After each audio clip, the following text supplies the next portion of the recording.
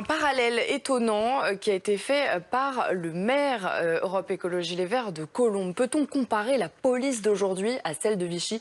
Eh bien, le nouveau maire de Colombes s'est autorisé cette comparaison à l'occasion d'une commémoration de la rafle du Veldiv.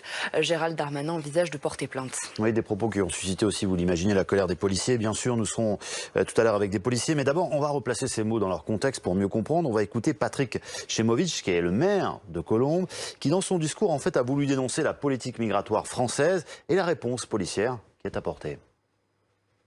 Les policiers français, les gendarmes français qui ont obéi aux ordres de leurs supérieurs en mettant en œuvre la rafle du Veldiv et d'autres rafles encore après et ailleurs sont les ancêtres de ceux qui aujourd'hui, avec le même zèle, traquent les migrants, les sans-papiers, les députés des droits humains, ces êtres vivants qui essayent de survivre dans le dénuement, seuls ou en famille. Colombes, à la demande de l'État, va en accueillir une soixantaine dans les prochains jours.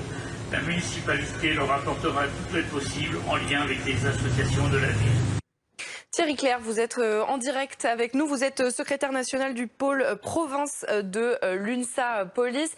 Ces propos, est-ce qu'ils vous blessent aujourd'hui quand vous les entendez? Qu'en pensez-vous? Oui, bonjour. Oui, ce sont des propos qui sont blessants, ce sont des propos qui sont honteux et scandaleux. Les policiers ne traquent pas les migrants. Les policiers, dans le cadre de leur mission, ils interpellent les personnes qui commettent des crimes, des délits.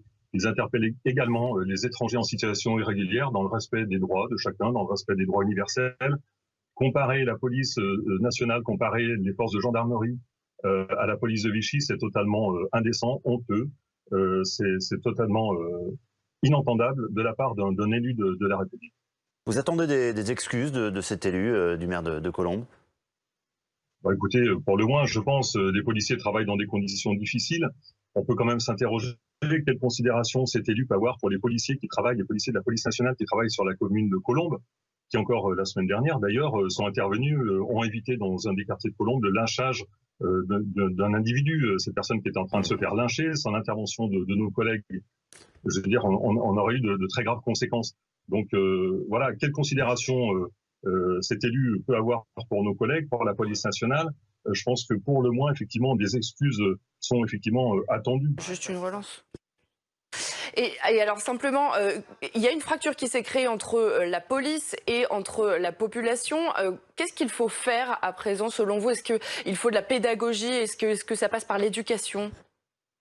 Écoutez, je pense qu'il faut quand même que les élus, comme le maire de Colombes, prennent également leurs responsabilités, le sens de leurs responsabilités par rapport aux propos qu'ils peuvent tenir, des propos qui peuvent avoir des conséquences et des incidences sur les personnes qui vivent sur leur territoire. Je pense que ça, chacun doit avoir le sens en tout cas des propos qui sont tenus.